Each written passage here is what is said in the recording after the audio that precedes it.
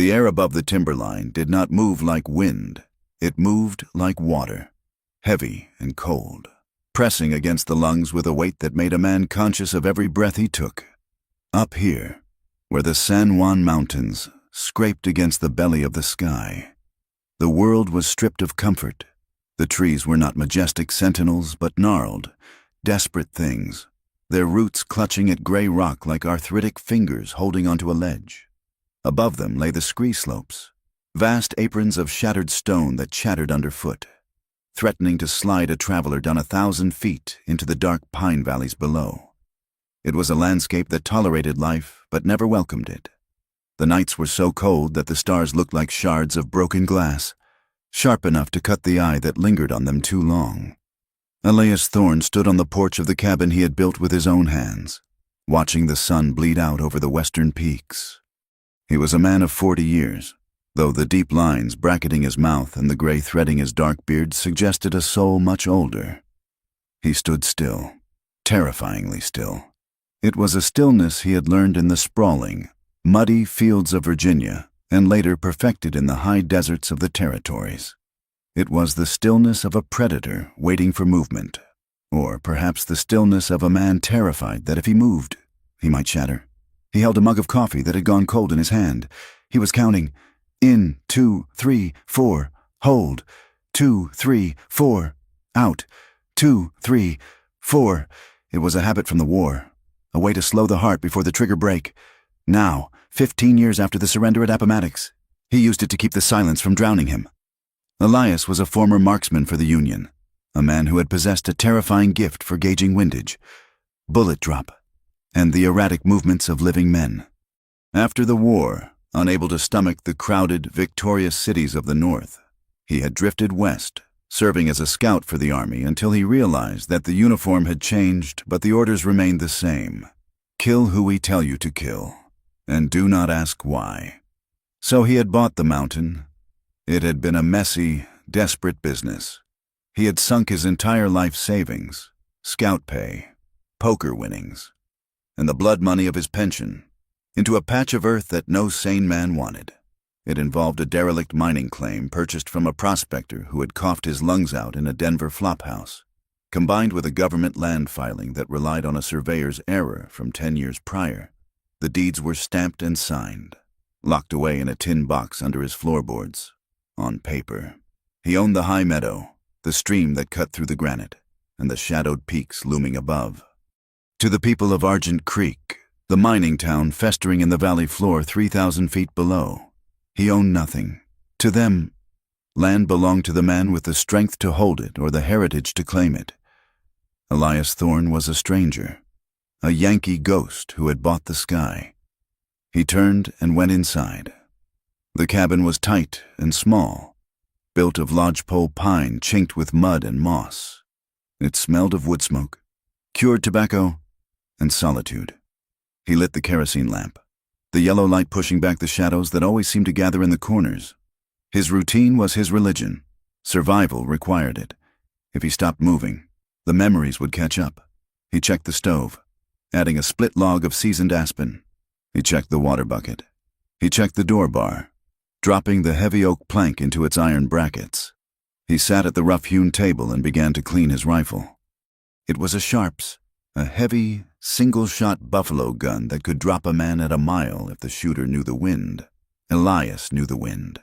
He disassembled the breech block with blind familiarity, wiping down the metal with an oily rag. He did not like the gun. He respected it, the way one respects a rattlesnake or a storm. But he did not love it. It was a tool that had defined his worth to other men for 2 decades. "Good shot, Thorne," the officers would say, clapping him on the shoulder while looking at the distant gray smudge of a Confederate officer falling from his saddle. They never saw the face of the man falling. Through his scope, Elias always saw the face. He reassembled the rifle and set it on the rack. He ate a dinner of boiled potatoes and salt pork, eating mechanically, tasting nothing. The silence of the mountain was heavy tonight. Usually, it was a comfort, a blanket that muffled the screaming noise of the past. But tonight, it felt thin, restless. Elias blew out the lamp and lay in the dark, eyes open. He counted breaths until the rhythm pulled him down into a sleep that was black and dreamless. Argent Creek was not a town built on hope. It was built on greed and mud. The main street was a trench of slurry that froze hard in the morning and turned to soup by noon. False front buildings lined the rutted thoroughfare, their paint peeling before it even dried. Housing saloons, a general mercantile, and an assay office that smelled of chemicals and desperation. The town existed for the silver mine that chewed into the valley walls, a gaping maw owned by Leland Halloway. Halloway owned the mine. He owned the bank that lent money to the miners, and, effectively, he owned the law. The sheriff, a thick-necked man named Vance, walked a line as crooked as the creek itself, keeping just enough order to ensure the silver kept moving, but never enough to threaten Halloway's profits. Rumors about the man on the mountain had started the week Elias filed his claim.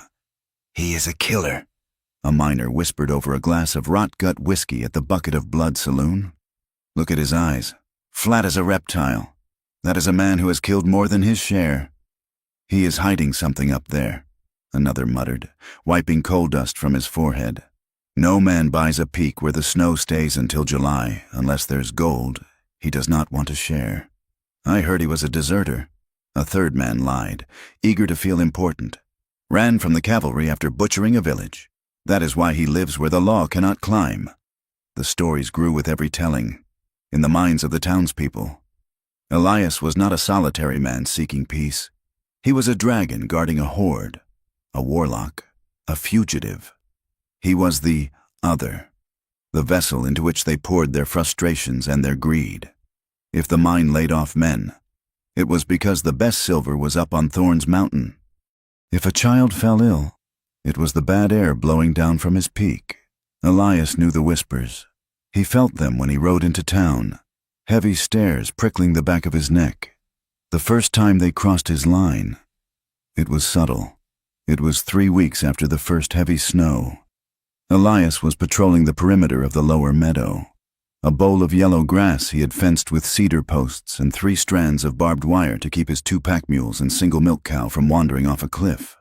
He stopped at the southern corner, where the game trail rose up from the valley. The wire was cut. It had not snapped from the cold. The ends were bright and sheared clean by cutters. Elias knelt in the snow. He touched the severed wire. He looked at the ground. Boot tracks. 2 men. They had come up the trail, cut the fence, walked 10 yards in, and then turned back. But they had left something. 20 feet inside the fence line, a mule deer doe lay dead in the snow. She had been shot through the gut, a sloppy, cruel shot. But they had not taken the meat. They had not taken the hide. They had butchered the hindquarters, hacking the meat into useless, muddy strips, and left the rest to rot. It was not hunting. It was waste. It was a message.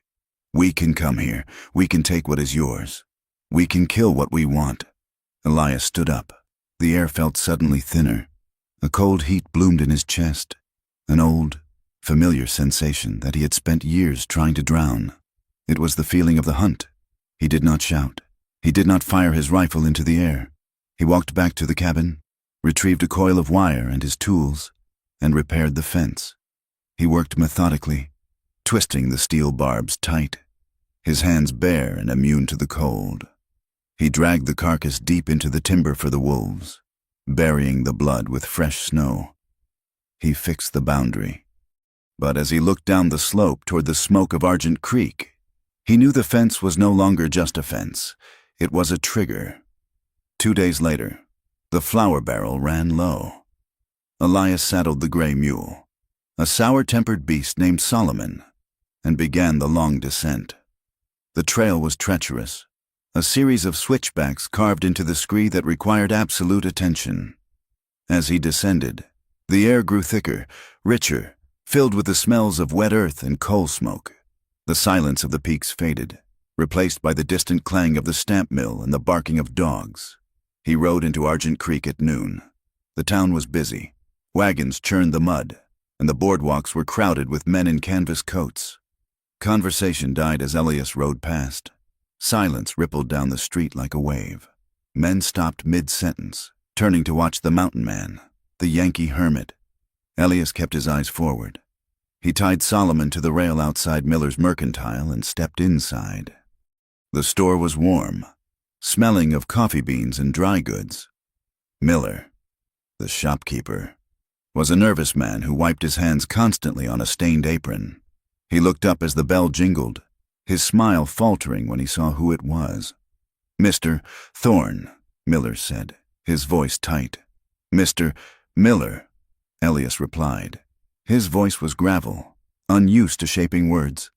"I need a sack of flour, 5 pounds of coffee, a tin of lard, and a box of 4570 cartridges."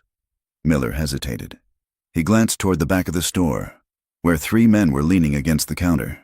One of them straightened up. It was Boyd Calloway, the foreman of the Halloway mine. Calloway was a big man, broad-shouldered and vain, wearing a coat with a fur collar that cost more than a miner made in a year. He had a face that was handsome until he smiled, revealing teeth that seemed too small for his jaw. "Well now," Calloway said, stepping forward, "the king of the hill comes down to mingle with the peasants." Elias ignored him. He placed 2 silver dollars on the counter. "The flour, Miller." Calloway moved closer, invading Elias's personal space. He smelled of bay rum and stale cigar smoke. "We heard you had some trouble up there, Thorne. Found a cut fence, did you?" Elias turned his head slowly. He looked at Calloway. He did not glare. He simply looked, observing the man the way he would observe a shifting wind or a loose rock. He noted the pistol on Calloway's hip, the way the man's weight was shifted to his left foot, the arrogance in his eyes. "I fixed it," Elias said softly. Calloway laughed, a sharp, barking sound. "Fixed it? A fence is just wire. Yankee, wire snaps. Things get through. Maybe next time it is not a deer that gets gutted." The threat hung in the air, heavy and wet. The other men chuckled nervously. Miller stared at the counter, refusing to look up. Elias felt the counting start in his head. 1, 2, 3, 4. He could kill Calloway. The thought was not emotional. It was geometric. A sweeping strike to the throat, a pivot, the knife from his belt. It would take 3 seconds. The shame of the thought followed instantly, hot and bitter. This was why he had bought the mountain, to stop thinking like a weapon. "If you want to talk about fencing," Elias said, his voice steady, "you come up and talk. But if I find another animal wasted on my land, I will not be the one repairing things." He turned back to Miller. "My goods." Miller scrambled to fill the order, his hands shaking as he weighed the flour. Elias took the supplies, slung the heavy sack over his shoulder, and walked out. "Watch your back, soldier," Calloway called after him. "The mountain is a lonely place to die." Elias untied the mule and mounted. He did not look back. He rode out of town, the mud sucking at the mule's hooves, the laughter of the men fading behind him. The climb back up was grueling. By the time Elias reached the tree line, the sun was gone, and the temperature had plummeted. He unloaded the mule and stabled the animals, his hands moving through the familiar chores. He chopped wood until his shoulders burned, the axe biting deep into the pine. He stood on the porch, looking down at the lights of Argent Creek. They flickered like distant embers in a fire pit. He was safe here. The elevation was a fortress. The cold was a moat. But standing there, listening to the wind hiss through the needles of the stunted spruce, Elias felt the crushing weight of the truth. He was safe, and he was entirely, devastatingly alone. He had bought the silence to escape the noise of humanity, but he was realizing that silence had a voice of its own. It whispered that he was broken. It whispered that he did not deserve to be around people, that his touch was cursed, that his only talent was ending things. He went inside and barred the door. 3 days later, the weather turned. It began in the morning as a bruised purple bruise on the northern horizon. By noon, the sky was a sheet of iron. By 2 o'clock, the mountain was gone. The storm hit with the violence of a hammer. It was a whiteout, a blizzard of such intensity that it erased the world. The wind screamed like a living thing. tearing at the shingles of the cabin, searching for a crack to let the cold in. Elias sat by the stove, feeding it wood. The temperature inside the cabin dropped.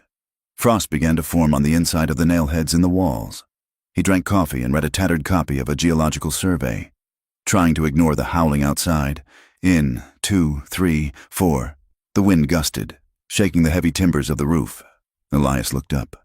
He thought he heard something, a sound that was not wind, a thump. He waited. Another thump. Softer this time, like a sack of grain dropped against the logs. He stood up, putting his hand on the Navy revolver tucked into his belt. Bears were sleeping this time of year, but desperation woke beasts up. Or perhaps it was Calloway's men, foolish enough to try and burn him out in a storm. He moved to the door. He listened. A scratch. A low, whimpering sound. It was not a bear. It was not a man trying to break in. It was the sound of something dying. Elias lifted the heavy bar. The wind pressed against the door, trying to hold it shut, then trying to rip it from his grasp. He shoved it open. The world was a swirling vortex of white. The snow was flying horizontal, stinging his face like birdshot. He squinted, shielding his eyes with his arm. "Hello?" he shouted. His voice snatched away instantly. He looked down. There, crumpled at the edge of the porch, half buried in a drift that was accumulating by the second, was a shape. It was wrapped in layers of frozen, stiff fabric. Elias dropped to his knees. He grabbed the bundle. It was heavy, dead weight. He felt a shoulder, an arm. He pulled. The figure slid across the rough planks. He dragged the shape over the threshold and kicked the door shut, throwing his weight against it to latch it against the gale. The silence of the room rushed back in, broken only by the roar of the fire and the whistle of the wind in the chimney. Elias knelt beside the figure. The clothes were dark wool, soaked through and frozen stiff. A coat that was too big, a scarf wrapped tight around the head. He pulled the scarf away. It was a woman. Her face was pale as the snow outside, her lips blue, her eyelashes frosted with ice. She had dark hair, plastered to her skull. There was a bruise on her cheekbone, dark and ugly, blooming like spilled ink. She was not moving. She was barely breathing. Elias stared at her. He had expected poachers. He had expected a wolf. He had not expected this. He reached out, his hand hovering over her face. He was afraid to touch her. He was afraid that the warmth of his hand might be a shock that killed her, or that she was already gone and he would be touching only a shell. But then she gasped, a ragged, shallow sound that rattled in her chest. Elias Thorne, the man who had bought a mountain to get away from the world, looked at the woman bleeding onto his floor. The storm howled outside, finishing what the people below had started. But here, in the circle of lamplight, the war had just changed. He moved his hand and touched her neck, searching for a pulse. It was there, faint, fluttering, a bird trapped in a cage. "You are a fool," he whispered to her, or perhaps to himself. He began to unbutton her frozen coat. The isolation was over. The siege had begun. The layers of wool and cotton were stiff with ice, molding to her body like a second, freezing skin.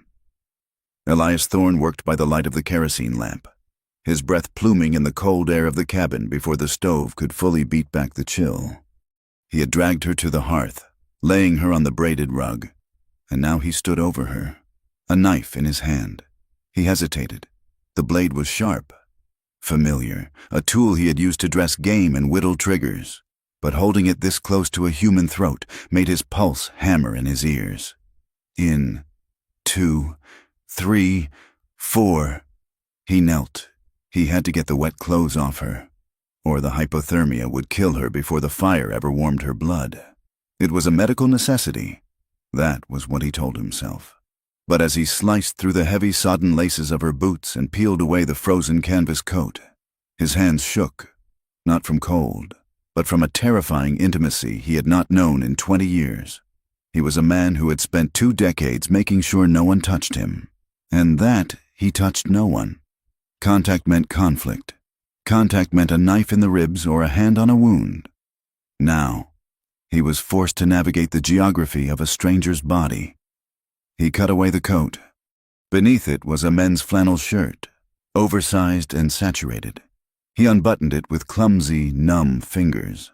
His eyes fixed resolutely on the fabric, refusing to look at the skin beneath until he had to. When he peeled the shirt away, the bruising stopped him. Her ribs were a map of violence. Dark purple and sickly yellow splotches bloomed across her side. The distinct mark of a boot toe, the grazing impact of a fall, or perhaps a fist. She had not just been running from the storm. She had been running from a beating. Elias felt a surge of nausea. He swallowed it down. He worked quickly now, stripping the last of the wet garments away with a grim, clinical efficiency. He did not let himself look at the curve of her hip or the swell of her breast. He looked at the blue tint of her lips and the gray pallor of her skin. He grabbed the heavy quilt from his bunk, a patchwork thing of wool and batting, and wrapped her in it, tucking the edges tight until she was nothing but a cocoon of dry warmth. He lifted her. She was frighteningly light, bird-boned and hollowed out by hunger, and placed her in his bed. He sat in the rocking chair by the stove, the knife still in his hand, and watched her chest rise and fall. The storm outside battered the walls, 1,000 weeping ghosts trying to get in, but the silence inside was louder. It was the silence of a man who had let the world back in, and was waiting for the punishment to follow. She woke 14 hours later. Elias was outside, chopping wood. The rhythm of the axe was his clock. Swing, crack, breath. Swing, crack, breath. When he came inside, shaking the snow from his shoulders, he saw her sitting up in the bunk. She had found his Navy revolver. She held it with both hands, the heavy barrel wavering slightly, but pointed directly at his chest. Her eyes were dark, almost black, wide with the feral panic of a cornered animal. She looked to be in her mid-20s, though the terror in her face made her look younger, and the exhaustion made her look ancient. "Put it down," Elias said. His voice was rust. He had not used it in 3 days. "Stay back," she croaked. Her voice was cracked, dry as old parchment. "I will shoot." Elias did not move. He stood by the door, the cold draft swirling around his boots. "That is a single action, ma'am. You have to cock the hammer first." She looked down at the gun, realized he was right, and her thumb fumbled for the hammer. Her hands were shaking too badly. The heavy spring defeated her weak grip. She let out a frustrated, sob-like sound, but did not lower the weapon. "You were freezing," Elias said, keeping his hands open and visible. "You fell on my porch. I brought you inside. I did not hurt you." "You undressed me?" It was an accusation, sharp and humiliated. "Wet clothes kill you in this weather. I wrapped you up. I sat in that chair all night." He gestured to the rocker. "I have not touched you since." She stared at him, searching for the lie. She had a face that mixed the sharp, angular planes of the high desert tribes with the lighter complexion of the Anglos who had come to conquer them. It was a striking face, intelligent and wary. She looked at the stove, the boiling coffee pot, the neat stack of firewood. Then she looked back at him, at his graying beard and the scar that ran through his left eyebrow. Slowly, the barrel of the gun lowered. She did not let go of it, but she let it rest on the quilt. "Where am I?" she asked. "High country, above Argent Creek." "The mine town." She shivered, and it wasn't from the cold. "How far?" 3,000 feet up, 5 miles of bad trail." "They will not come up here," she whispered, more to herself than him. "Who?" She clamped her mouth shut. The trust was gone as quickly as it had appeared. "No one. I got lost." "You got lost with broken ribs and a bruised face." Elias walked to the stove and poured a tin cup of coffee. He set it on the table, well out of her reach, forcing her to choose whether to stay in the bed or move. "I do not care who you are running from, but do not lie to me. The snow is 6 feet deep outside. You are stuck here until it clears. Lies take up too much room in a cabin this small." She watched him. He saw her calculating the distance, the risk. Finally. She swung her legs out of the bunk. She was wearing one of his spare wool shirts, which hung on her like a master's robe. She wrapped the quilt around her shoulders and moved to the table. She drank the coffee black, holding the cup with both hands. closing her eyes as the heat hit her stomach. "Clara," she said after a long silence. "My name is Clara." "Elias." "Thank you, Elias." "Drink your coffee," he said, turning his back to her to attend to the fire. "We have a long winter." The days that followed were a study in uneasy coexistence. The cabin was a small vessel on a vast, frozen ocean, and they were two castaways circling each other. Elias set the boundaries early. "You sleep in the bunk. I sleep on the floor by the hearth. You do not touch the rifles. You do not go outside the fence line until you can walk a mile without wheezing. You do not ask me about the war." "And what are your rules for yourself?" Clara asked one evening, watching him oil his boots. "I keep you alive," Elias said without looking up. "That is the only rule that matters." Clara was a puzzle to him. She was clearly educated. On the third day, he found her reading the copy of Paradise Lost he kept on the shelf, her lips moving silently as she parsed the dense verse. She knew how to mend clothing with a skill that shamed his own clumsy stitching. She knew which herbs in his pantry would help a fever and which were for meat. Her heritage was written in her features and her accent, a blending of worlds. She told him, in fragments, of a father who was a surveyor from Ohio and a mother from a family in Santa Fe with roots that went back to the Spanish grants. She spoke of being too brown for the white schools and too white for the laborers. She had been a governess, a seamstress, a clerk.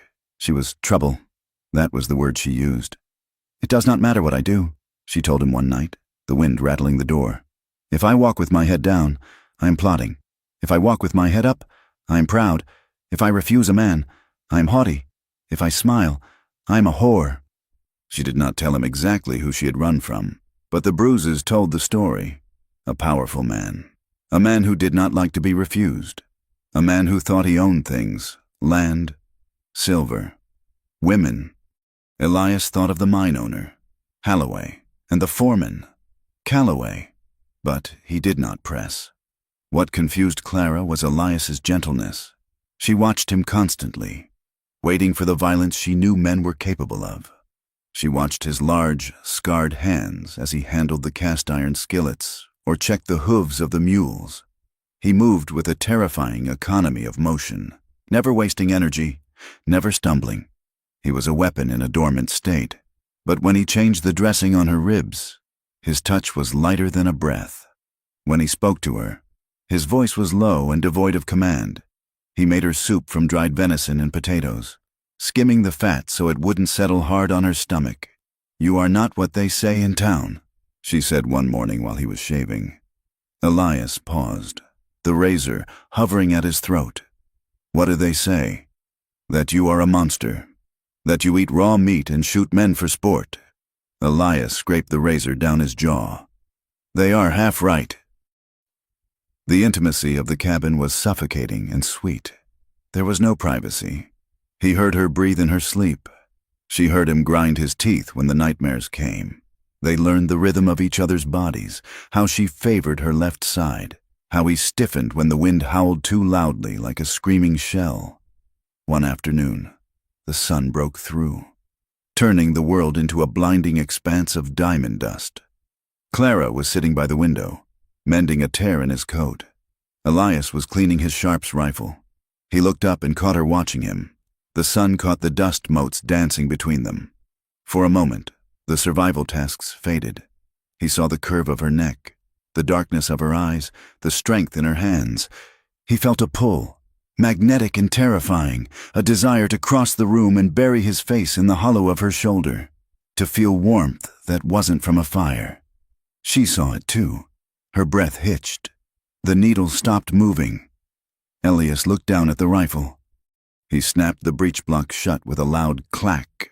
"Water is low," he said roughly. "I need to melt more snow." He went outside without a coat, letting the biting wind freeze the heat out of his blood. The peace broke 10 days later. The snow had packed down, forming a hard crust that could support a man's weight. Elias was in the barn, milking the cow, when he heard the shout. "Hey, anyone home in the eagle's nest?" Elias dropped the bucket. He moved to the door, peering through the crack. 2 men were standing at the lower edge of the meadow. They were not locals. They wore heavy buffalo coats and carried new Winchester repeating rifles slung casually over their shoulders. They were young, laughing, their faces flushed with exertion and arrogance. They had cut the wire. Again. This time, they had not just cut it, they had tied a piece of red flannel to the post, a mockery of a flag. Elias moved. He did not run. He walked to the cabin.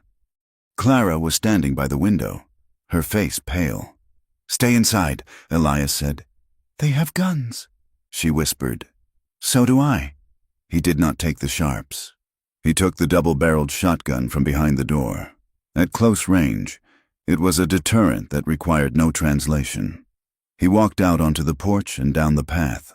The snow crunched under his boots. The air was thin and crisp, carrying sound for miles. The two men watched him come. They did not look afraid. They looked like men who had never been told no in a language they understood. "You are trespassing," Elias said when he was 20 yards away. His voice was not loud. It was flat, drained of all inflection. It was the voice of a man reading a supply list. The taller of the two, a man with a thin mustache and eyes that were too close together, grinned. "Trespassing? On a mountain? God made the mountain. Old man, you just squat on it." "I hold the deed," Elias said. "The fence is the line. You cut my wire." "Wire is cheap," the second man said. He was stockier, chewing on a plug of tobacco. "We heard there was game up here. Big game. Maybe some two-legged deer." He leered at the cabin. Elias felt the counting start. 2, 3, 4. He looked at the rifles on their shoulders. Winchesters. Fast firing. He had 2 shots in the shotgun. He would have to take the tall one first, then drop to the snow to avoid the second man's return fire. He calculated the angles. He calculated the wind. But he did not raise the gun. "Turn around," Elias said. "Fix the wire on your way out. If you come back, I will not come out to talk." The tall man laughed. He unslung his rifle, holding it loosely in one hand. "You think you can order us? We work for Mr. Holloway. He says this land is open range until the survey proves otherwise. He says you are just a squatter with a heavy trigger finger." "Holloway is not here," Elias said. "I am." The man spat in the snow. "We go where we please, Grandpa." "Maybe we'll come up and say hello to the lady. Heard she's a warm one." Clara was watching from the window. She saw Elias go still. It was not the stillness of fear. It was the stillness of a statue. The tension left his shoulders. His grip on the shotgun relaxed slightly. To the men, it looked like surrender. To Clara, it looked like death. "Go," Elias said softly. The men laughed again, turning their backs on him with deliberate disrespect. They walked past him, deeper into the meadow, toward the timber line where the silver ore was rumored to be. They did not fix the fence. Elias did not shoot them in the back. He watched them go. He watched the sky. The clouds above the peaks were curling, gray tendrils hooking over the granite like fingers. The wind had changed direction 3 minutes ago.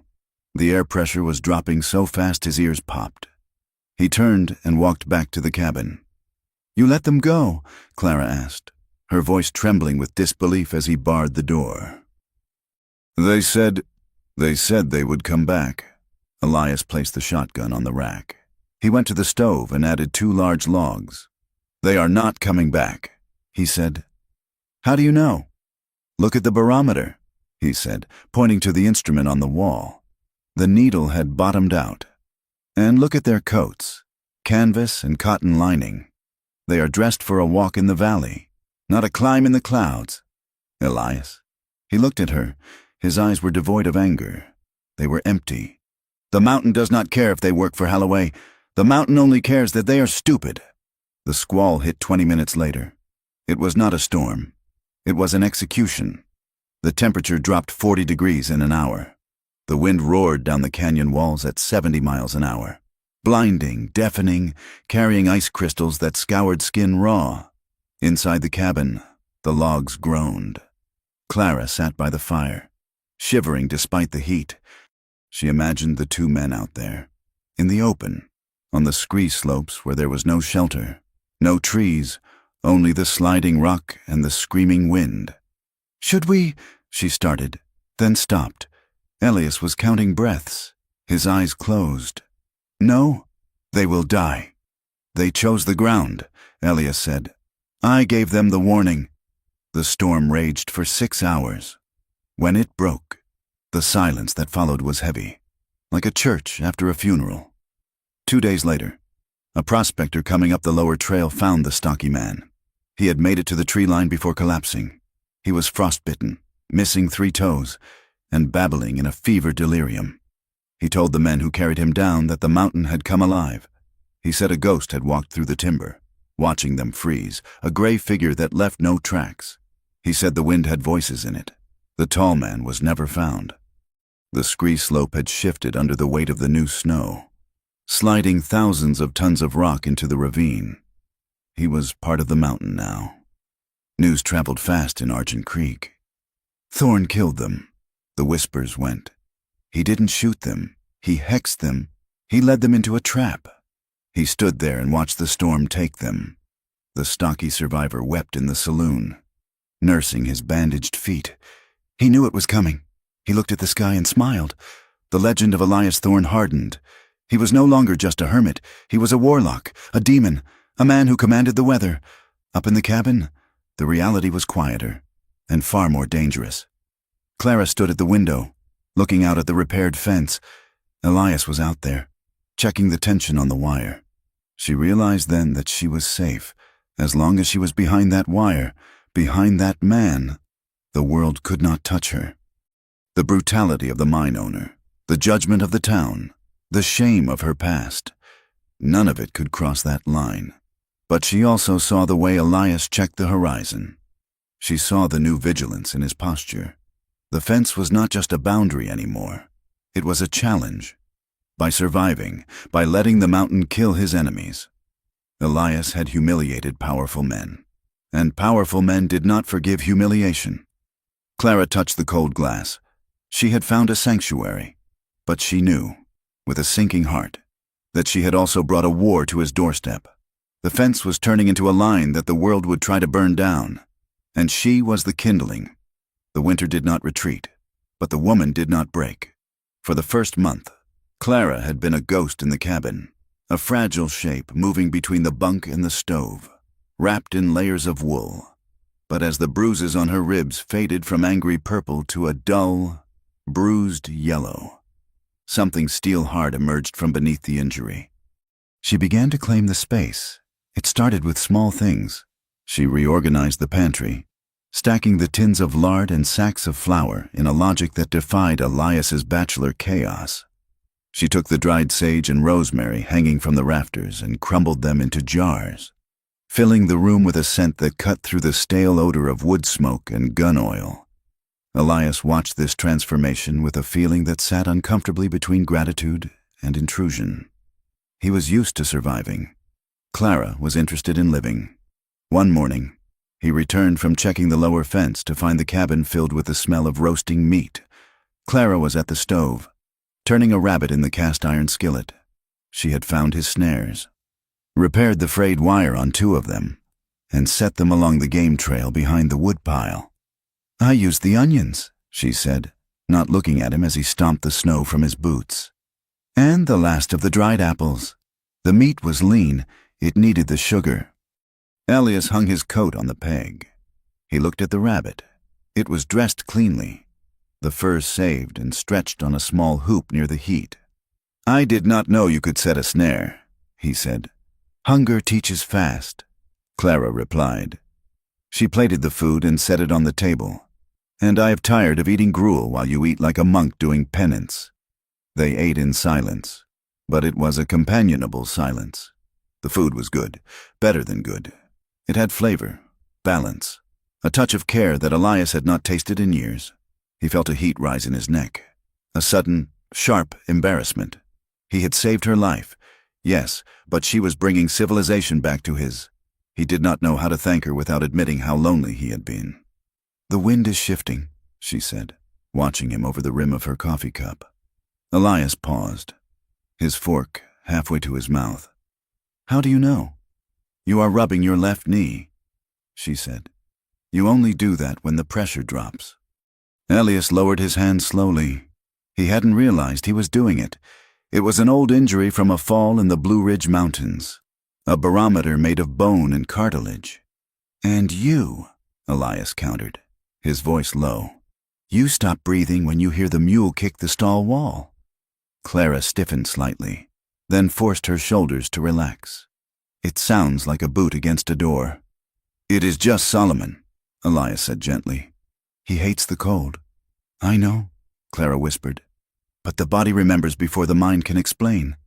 They sat there, the fire crackling, two people mapping the geography of each other's trauma without needing to speak the names of the places where they had been hurt. It was an intimacy sharper than touch. The mountain required education, and Elias became a reluctant teacher. He did not lecture. He simply moved and expected her to follow. But when she stumbled, he did not mock her. He stopped. They stood on the edge of the scree slope, the vast apron of a shattered granite that slid away into the timberline below. The air was thin, biting at the lungs. "Watch the snow," Elias said, pointing to a patch that looked smooth and inviting white. "See the blue tint in the shadow?" Clara squinted against the glare. "Yes. Ice crust over hollow drift. You step there, you go through to your hip, you break a leg, you freeze before I can dig you out." He pointed to a rougher, dirtier patch of snow near a protruding rock. "Walk there. Wind-packed. It holds." Clara nodded, tucking the information away. She was a quick study. She learned to read the clouds that hooked over the peaks, signaling a squall. She learned that the sound of a cracking branch meant an animal, but the sound of rolling stone meant a man. Because animals knew where to put their feet, she followed him along the ridge, her breath pluming in the air. She wore his spare coat, belted tight, and a hat pulled low. She looked small against the vastness of the San Juans, but she moved with a determination that made Elias's chest ache with a strange pride. "Why do you stay?" she asked him once, as they paused to rest on a wind-scoured outcrop. "You have money. You have skills. You could live in a city where the water comes from a pipe." Elias looked out over the valley, at the smoke of Argent Creek staining the pristine air below. "In the city," he said, "the noise never stops, and the people, they smile while they hold the knife." He looked at her. "Here, the wind screams, but it does not lie to you. If the mountain kills you, it is not because it hates you. It is just because you were careless." "Indifference," Clara said. "You find comfort in indifference." "I find safety in it." Clara looked down at the town. "I have never found safety anywhere," she said. "Only pauses between storms." The flour barrel finally scraped bottom in mid-February. The coffee was gone. The sugar was a memory. They had to go down. The descent was tense. Elias checked his revolver 3 times before they left the cabin. He made Clara wear her own coat, which she had mended and cleaned, though he insisted she wear a scarf that obscured most of her face. "Stay close to me," he told her as they reached the muddy outskirts of Argent Creek. "Do not speak to anyone unless they speak to you." The town had not changed, but the atmosphere had thickened. The story of the dead poachers had curdled into a dark legend. As they rode down the main street, the activity on the boardwalk ceased. Men stopped hammering. Women gathered their skirts and turned their backs, ushering children indoors. It was not just fear. It was disgust. Elias tied the mules at the rail. He could feel the eyes on them. He walked into Miller's Mercantile. Clara stepped behind him. The bell jingled. The store was warm, but the greeting was ice. Miller stood behind the counter, wiping his hands on a rag that was grayer than it had been a month ago. 2 other customers, miners' wives with bonnet brims pulled tight, hurried out the door, giving Clara a wide berth as if she carried a plague. "We are closed," Miller said. Elias placed his hands on the counter. Door was unlocked. "Miller, sign says open. Running inventory." Miller lied, his eyes darting to the window. "Can't sell nothing today." "I see a sack of flour right there," Elias said, pointing. "I see coffee beans in the bin. Reserved, Miller said, his voice rising in pitch. It's all spoken for. Mr. Holloway's orders. Priority supply for the mine camp. Elias stared at the man. He saw the sweat on Miller's upper lip. This wasn't just prejudice. It was pressure. Since when does the mine eat every grain of sugar in the county? Elias asked. Since you brought her down here? A voice boomed from the doorway. Elias turned. It was Leland Holloway himself. The mine owner was a man of 60, dressed in a suit that cost more than the building they were standing in. He was flanked by Calloway, the foreman, whose smile was as sharp as a skinning knife. Holloway stepped inside, filling the space with the scent of expensive tobacco and arrogance. He looked at Elias, then let his gaze slide over Clara with a slowness that felt like a physical violation. You have a lot of nerve. Thorne, Holloway said, bringing your guest into decent society. She needs supplies, Elias said, stepping between Holloway and Clara. Same as anyone. She is not the same as anyone, Calloway interjected, hooking his thumbs in his gun belt. We heard about the men who went up your mountain. Thorne. We heard they didn't come back. And now we see you parading a woman of, shall we say, complicated reputation around our streets. Clara stepped forward. Her chin was up. My reputation is my own, she said, her voice shaking but clear. And my money is as good as yours, Holloway chuckled. Your money? And where did a woman like you get money? My dear, we know who you are. We know you ran from a contract in Denver. We know what you are. He turned to Elias. This town is built on law and order. Thorne. We are trying to build progress here. Families, churches. We don't need a hermit harboring fugitives and killing honest men on a mountain that blocks the vein. The mountain is mine, Elias said. The deed is filed. Deeds are paper, Holloway said softly. Progress is iron, and iron crushes paper. You are sitting on land that could feed this whole town, and you use it to hide a whore. The word hung in the air. Elias moved. It was a subtle shift, a drop of the shoulder, his hand hovering near his waist. Calloway tensed, his hand dropping to his Colt. Gentlemen! The shout came from the street. Sheriff Vance pushed through the door, breathless and looking unhappy. He was a man who wanted a quiet life and had found himself in a town that refused to give it to him. No guns, Vance said, looking between Elias and Calloway. Not in the store. Tell him to sell us the goods. Sheriff, Elias said, and we will leave. Vance looked at Holloway. The mine owner gave a barely perceptible nod. A king granting a temporary reprieve to a peasant. Sell him the flour, Miller, Vance muttered. Get him out of here. Miller scrambled to fill the order, throwing the items into a sack with trembling hands. Elias threw coins on the counter, more than the price. A gesture of contempt, and grabbed the sack. He took Clara's arm. Let's go. As they walked out, they passed the Reverend, a tall, gaunt man in black standing on the boardwalk. He did not look at Elias. He looked straight at Clara, his eyes burning with a cold, religious fury.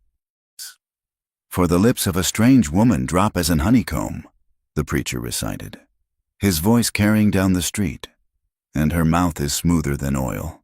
But her end is bitter as wormwood, sharp as a two-edged sword. Clara flinched as if she had been struck. She kept walking, her head high, but Elias felt the tremor running through her arm. The ride back up the mountain was silent. The air grew colder, but the heat of the encounter did not dissipate. It sat between them, heavy and toxic. When they finally reached the cabin, Elias began to unload the mules. He was angry at Holloway, angry at the town, angry at himself for not shooting Calloway where he stood. He carried the flour inside. Clara was standing in the middle of the room. She had taken off her coat and scarf. She was shaking. Clara, he said. She spun around. Is that what I am? She demanded. Her voice rose, cracking with a fury he had never seen in her. Bitter as wormwood? A sharp sword? They are small men, Elias said, closing the door. Their words mean nothing. They mean everything. She paced the small room, her hands tangling in her hair. They mean I cannot buy bread.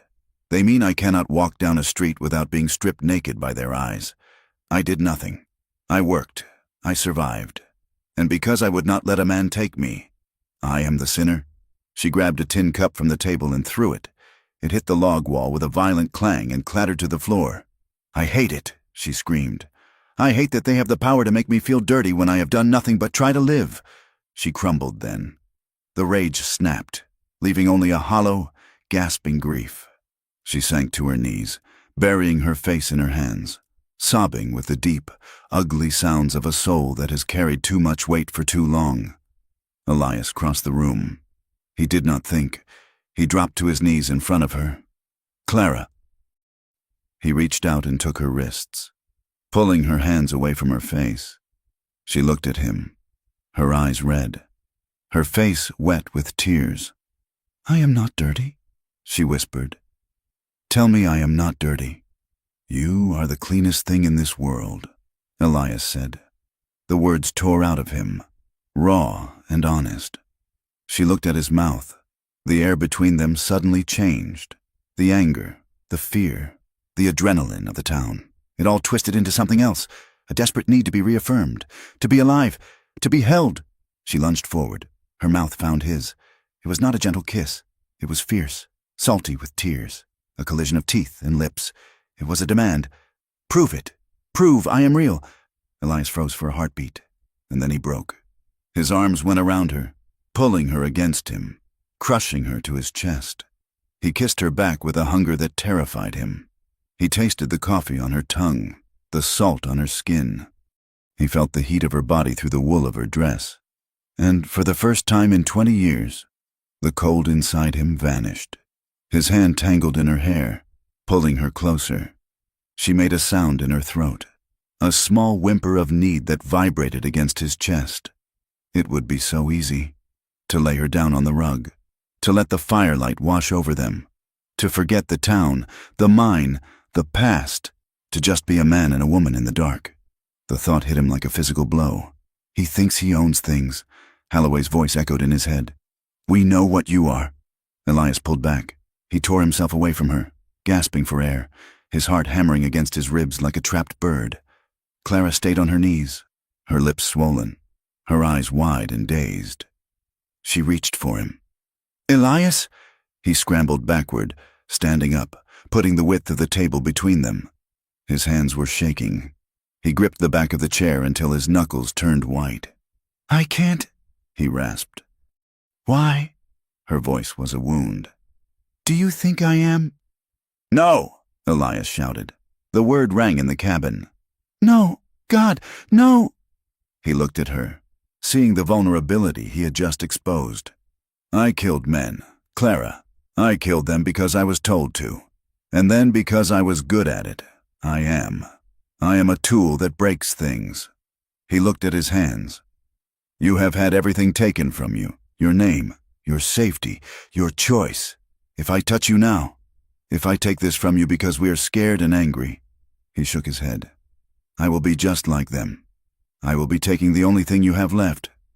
Clara stared at him. The silence stretched, humming with the energy of what had almost happened.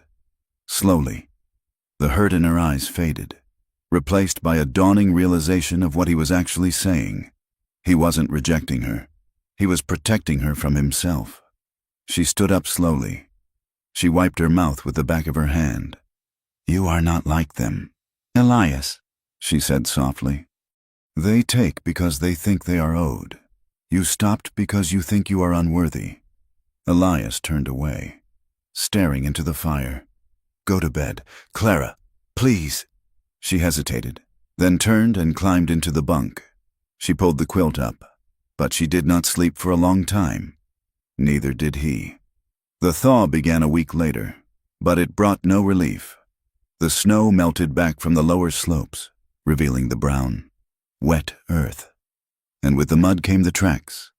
Elias found them near the creek, half a mile inside his fence line. These were not the clumsy, wandering tracks of the thrill-seekers from before. These were precise, boots with hobnails for grip, men who moved in a grid pattern. He followed the line. At the edge of a granite outcrop, he found it, a wooden stake, driven deep into the soil. It was fresh pine, squared off at the top. Scribbled on the side in grease pencil were numbers. Survey coordinates. Elias stared at it. This was not poaching. This was war. He pulled the stake out of the ground and marched back to the cabin. He threw it on the table in front of Clara. "Surveyors," he said. "Holloway is mapping the land." Clara picked up the stake. "He is preparing to jump the claim. He will argue your deed is invalid because of the old survey error." "I will stop them," Elias said. He walked to the gun rack and took down the sharps. "I will put a bullet in the dirt at their feet. If they don't move, I will put the next one through a leg." "No," Clara said. Elias turned. "They are stealing my land. Clara, my land. If you shoot a surveyor, you give Holloway exactly what he wants," Clara said, standing up. "He wants you to be the madman, the killer. If you shoot a man working a transit, the sheriff will have no choice. They will come up here with a posse and hang you." So I let them take it. "No, we fight them, but not with bullets. Not yet." She tapped the stake. "Secrecy is what predators rely on. They think you are an ignorant hermit who will react with violence. We need to document this. We need proof they are trespassing on titled land. We need to force Vance to do his job." "Vance is scared," Clara corrected. "But he is still an officer of the court. If we give him evidence that cannot be ignored, dates, times, names, markers, he has to act, or he risks a federal inquiry. Holloway is powerful, but he is not the governor." Elias looked at the rifle, then at Clara. She was right. He knew she was right. But every instinct in his blood screamed to fight the way he knew how. "It is a trap," he said. "The law is a trap for men like me. And isolation is a trap for women like me," she countered. "We have to try. Elias, we have to be smarter than them." They argued for an hour. But in the end, Elias relented. They would watch. They would log every incursion. They would build a case. The next morning, the decision felt hollow. Elias went out to the woodpile to get kindling. The sun was just cresting the peaks, casting long, blue shadows across the snow-dappled meadow. He stopped at the edge of the path. Something was lying on the flat rock where he usually set his water bucket. It was a red fox. It was dead, but there was no blood, no bullet hole. Its neck had been snapped. It was laid out carefully, its tail curled around its body, its head pointing directly at the cabin door, and in its mouth, someone had stuffed a piece of paper. Elias walked over. He did not touch the animal. He pulled the paper free. It was a page torn from a Bible. He looked down at the snow. There were no tracks. The thaw had frozen over firmly in the night, leaving the ground like iron. Whoever had done this knew how to walk without leaving a sign. They had been 10 feet from the door while he and Clara slept. Clara opened the door, a shawl wrapped around her shoulders. "Elias, what is it?" He crushed the paper in his fist. It was the verse the preacher had quoted, "But her end is bitter as wormwood." "Get inside," Elias said, his voice cold and deadly. "Bar the door." "What is it?" "A message," Elias said, looking at the dark tree line where the shadows seemed to be watching. "They are not just surveying anymore. They are hunting." He looked at the dead fox, then at the cabin. The legal battle might be the way to win the war, but he knew with a sniper's certainty that the battle for their lives would happen long before a judge ever saw a piece of paper. Someone knew exactly where they slept, and they were done knocking. The descent into Argent Creek had become a gauntlet. The silence that greeted them was no longer the silence of curiosity. It was the silence of a held breath before a scream. March had turned the mud streets into a sucking quagmire, but the chill in the air had nothing to do with the melting snow. As Elias and Clara rode past the livery, the blacksmith stopped his hammer mid-strike, turning his back deliberately. Women sweeping their boardwalks gathered their skirts and retreated inside, slamming doors with a sharpness that echoed like gunshots. Elias kept his eyes forward, his hand resting near his hip. But Clara felt the weight of the town's judgment like physical blows. It was not just the men now. A woman Clara had once exchanged a shy smile with, a baker's wife named Sarah, crossed the street solely to avoid passing them, dragging her child by the arm as if Clara's shadow might carry a contagion. "Tie the mules," Elias said quietly as they reached the post office. "I will be 2 minutes. Do not wander." "I am not a child." "Elias," Clara said, though her voice was tight. "I know, but the wolves are bold today." Elias went inside to check for the seed catalog he had ordered. Clara stood by the hitching rail, stroking the velvet nose of the mule, trying to make herself small. "You are looking well for a woman living in a cave." The voice was smooth, smelling of bay rum and confidence. Clara stiffened. She turned to find Boyd Calloway standing 3 feet away. The foreman was leaning against a support post, cleaning his fingernails with a small penknife. "Mr. Calloway," Clara said, keeping the mule between them. "It must be hard," Calloway said, stepping around the animal. "Up there in the wind. With a man like that, a man with so much history. We are doing fine. Are you?" Calloway smiled.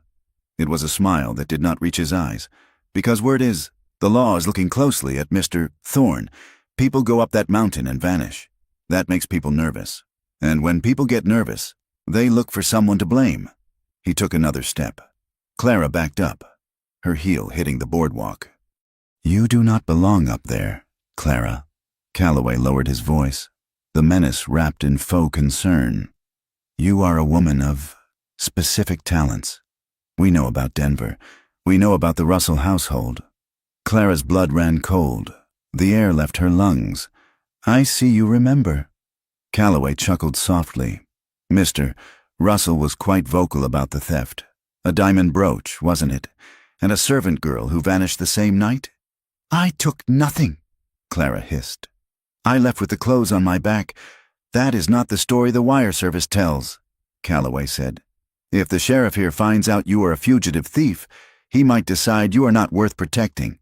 And if Thorne goes down for murder, well, a woman like you will need friends, powerful friends." He reached out and brushed a piece of lint from her sleeve. The gesture was possessive, terrifyingly intimate. "Think about it," Calloway said. "The mountain is a dangerous place. Accidents happen." The door to the post office opened. Elias stepped out, a piece of paper in his hand. He saw Calloway. He saw Clara's pale face. He dropped the paper. Elias did not walk. He blurred.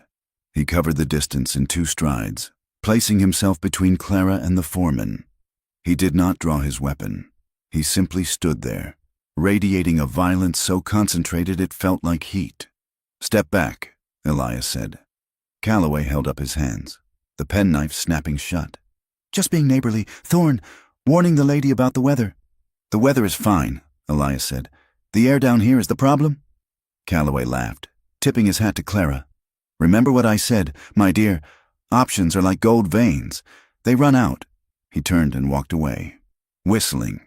They did not speak until they were halfway up the switchbacks, where the air thinned and the stench of the town was replaced by the clean scent of pine resin. Clara rode with her head down, her shoulders hunched. When they reached the cabin, she slid off the mule and went straight inside, not waiting to help with the packs.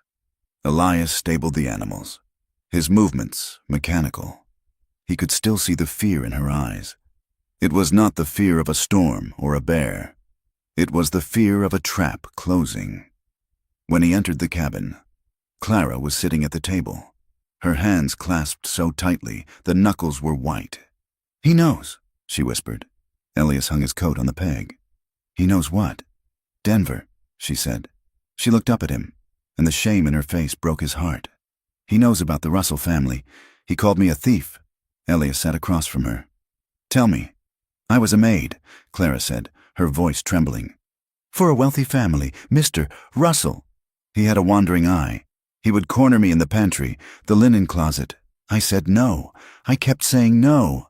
She took a ragged breath. One night, he didn't ask. He came to my room. I fought him. I hit him with a heavy brass candlestick. He fell, and I ran. I didn't pack. I didn't take my wages. I just ran. She looked at her hands.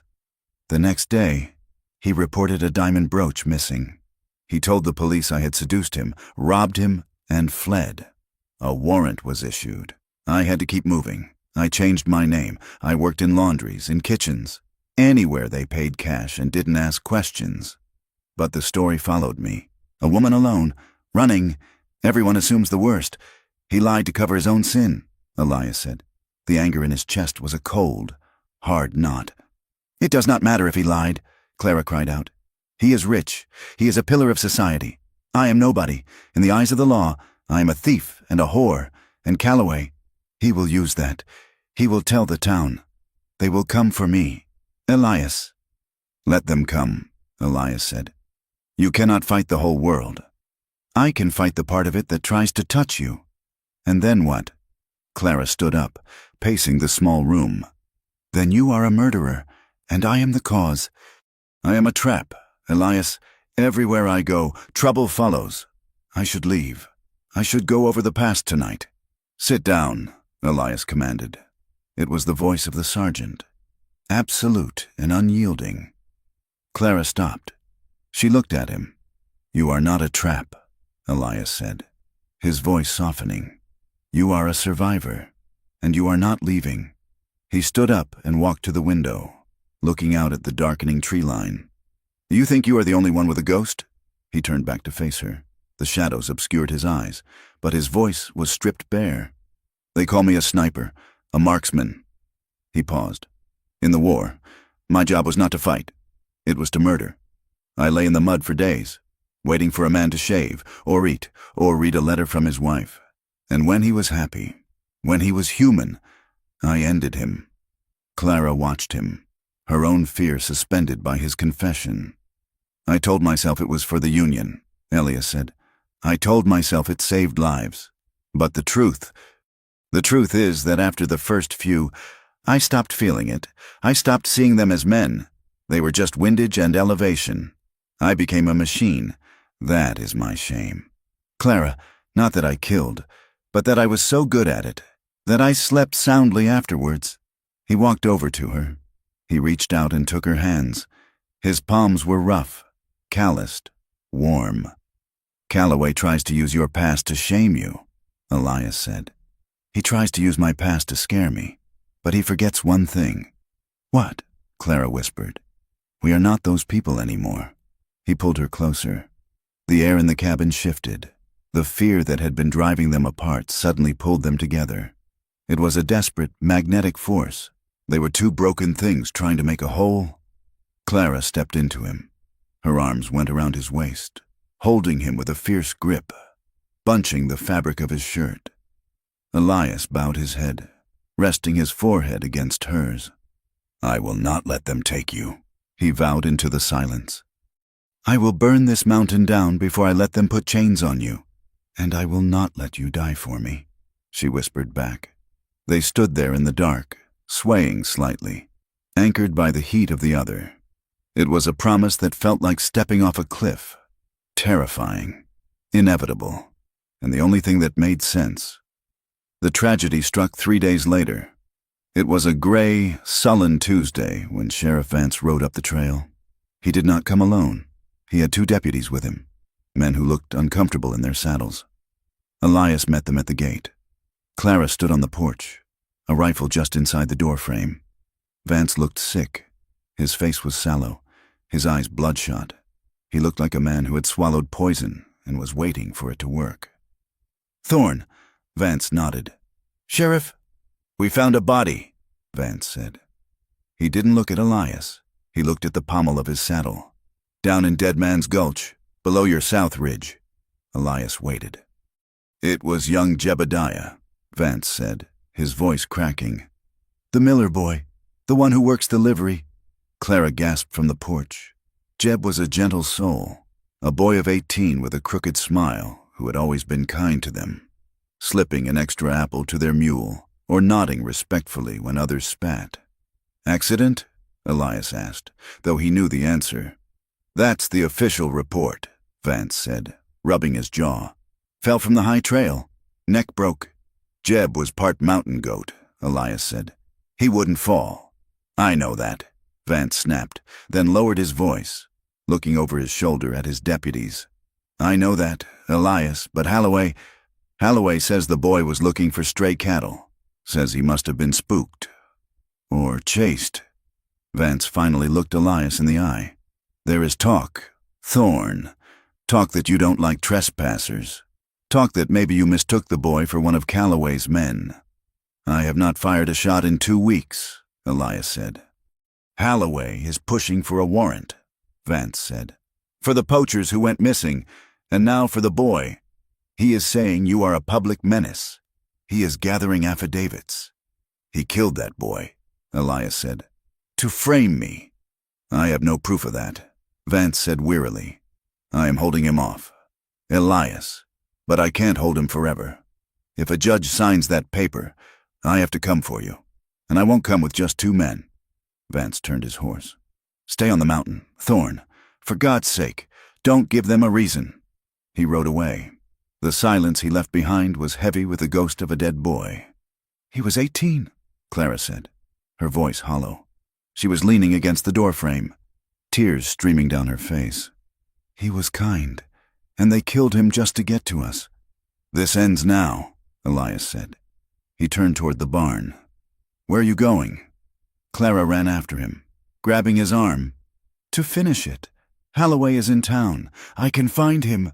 No! Clara screamed. She threw her weight against him, spinning him around. That is what they want. You go down there, you kill Holloway. And then what? The deputies shoot you, the town hangs you, and Calloway takes the mine and the land and everything else. They killed a child. Clara. And they will kill you. She was shaking him. Do not give them your life, Elias. Do not give them your soul. If you go down there as a sniper, you prove them right. You prove you are the monster they say you are. Elias trembled. The rage was a physical pain, a blinding white light behind his eyes. He wanted to let the monster out. It would be so easy. Then what do we do? He roared. Wait for them to starve us out?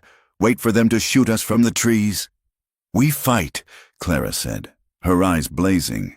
But we fight as people, not animals. We find the truth. We drag it into the light. The light came that night, but not the way she meant. It was 2 a.m. The wind had died down. The cabin was silent.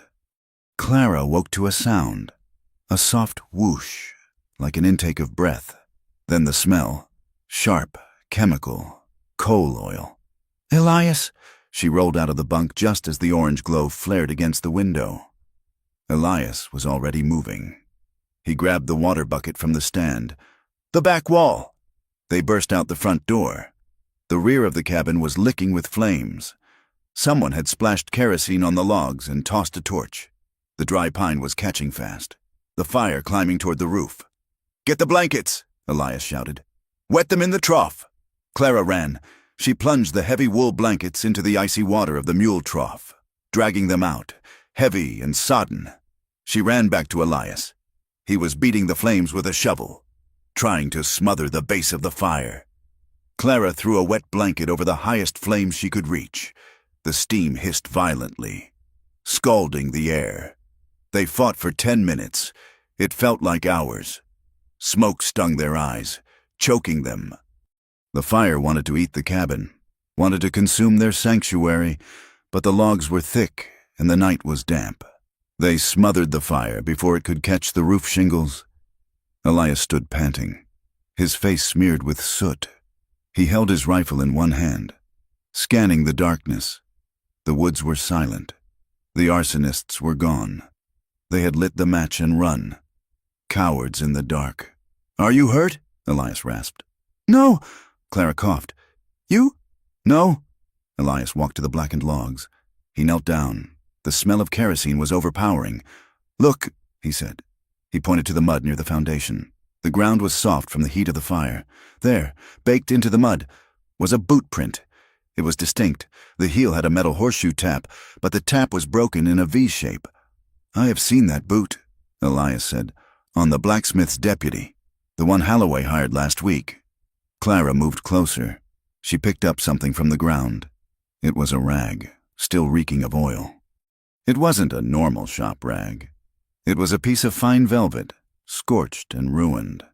This is curtain fabric, Clara said. Heavy velvet, maroon. The saloon has curtains like that, Elias said. Holloway's private booth.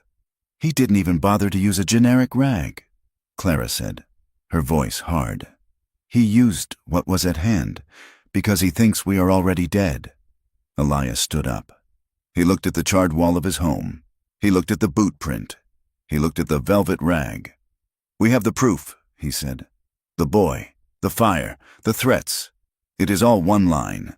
Sheriff Vance won't look at this, Clara said. He will say we set the fire ourselves. He will say the rag proves nothing. Then we don't go to Vance. Elias said. Who? I heard talk in the post office. Elias said.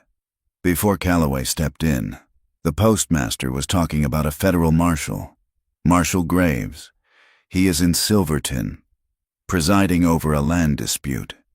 He rides the circuit. Silverton is 2 days' ride, Clara said, over the high pass. He is a federal officer, Elias said. He doesn't answer to Holloway. He doesn't care about Argent Creek politics. If we bring him this, if we bring him the survey stake and the testimony about the boy, we have to go to him, Clara said. We can't bring him here. If we leave the cabin, they might burn it down for real. Let them burn it, Clara said. She looked at the blackened wood. It is just wood. Elias, we are the home. As long as we are alive. Elias looked at her. In the moonlight, with soot on her cheek and the smell of smoke in her hair. She looked unbreakable. We leave at dawn, Elias said. We take the high trail. We avoid the town. We are going to run? Clara asked. No, Elias said. He checked the load in his rifle. We are going to flank them. They packed light, ammunition, jerky, the survey stake, the velvet rag wrapped in oilcloth, the sketch Elias had made of the boot print. As the sun crested the peaks, painting the snow in shades of violent pink and gold, they mounted the mules. Elias looked back at the cabin. It stood scarred but standing, a defiant smudge against the pristine white. We will come back, he said. We will come back with the law, Clara corrected.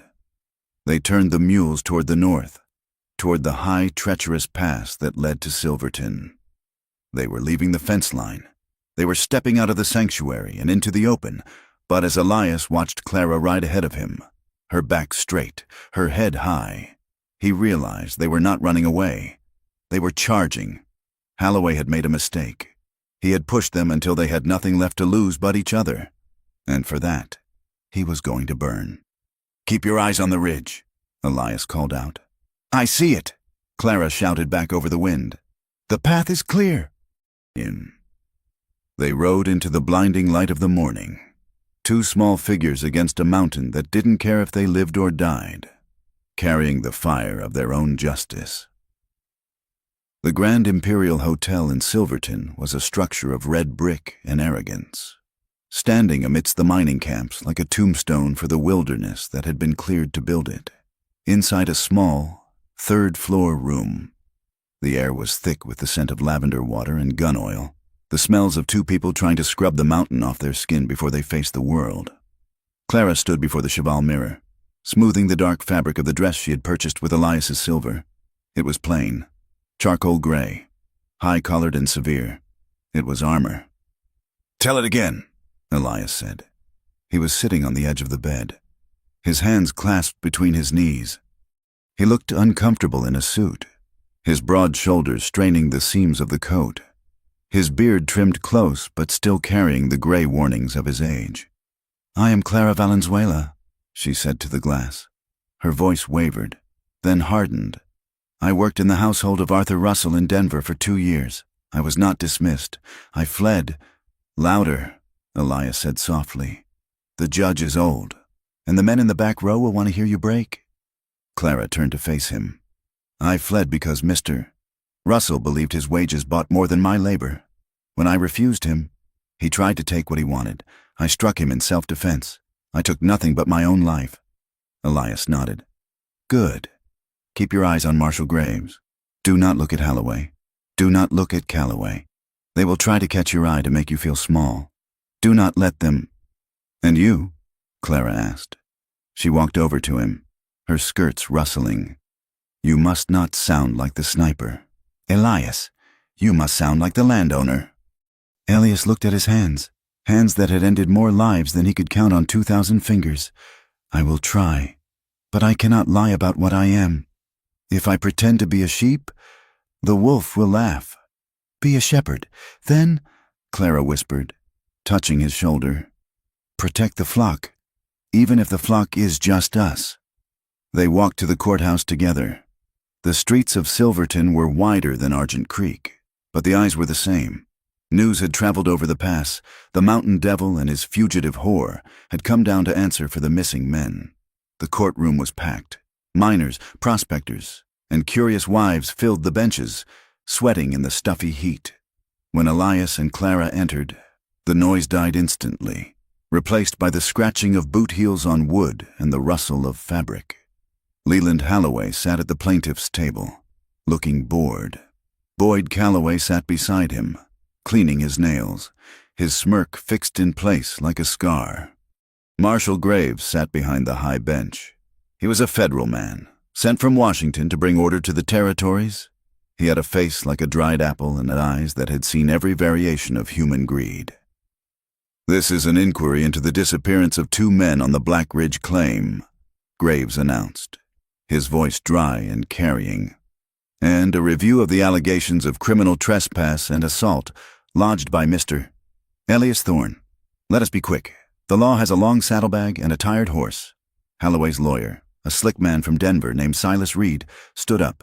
He painted a picture of Elias that was terrifying in its distortion.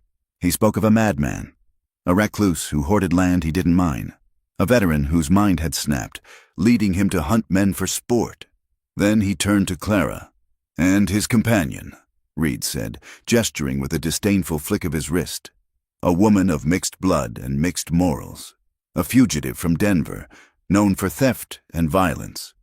She hides behind his fence because no decent roof would shelter her. Is this the witness we are to trust against the word of a pillar of industry like Mr. Halloway? The crowd murmured. Thief, someone whispered loud enough to be heard. Harlot. Clara sat rigid, her spine not touching the back of her chair. Elias's hand rested on the table, a fist of iron, but he did not move. Call Clara Valenzuela, Marshal Graves said. Clara walked to the stand. She placed her hand on the Bible. She swore to tell the truth. Reed attacked immediately. Is it true you are wanted for grand larceny in Denver? It is true there is a warrant, Clara said. Her voice was not loud, but it was clear. But the charge is a lie. A lie? Reed laughed. Mister, Russell is a banker. You are a maid. You struck him and ran. Why run if you are innocent? Clara looked at the marshal. I ran because the law belongs to men like Mr. Russell. In his house, I was property. When I said no, he attacked me. I defended myself. If I had stayed, I would be in prison or I would be dead. I stole nothing. My virtue was not his to take, and it was not his to buy.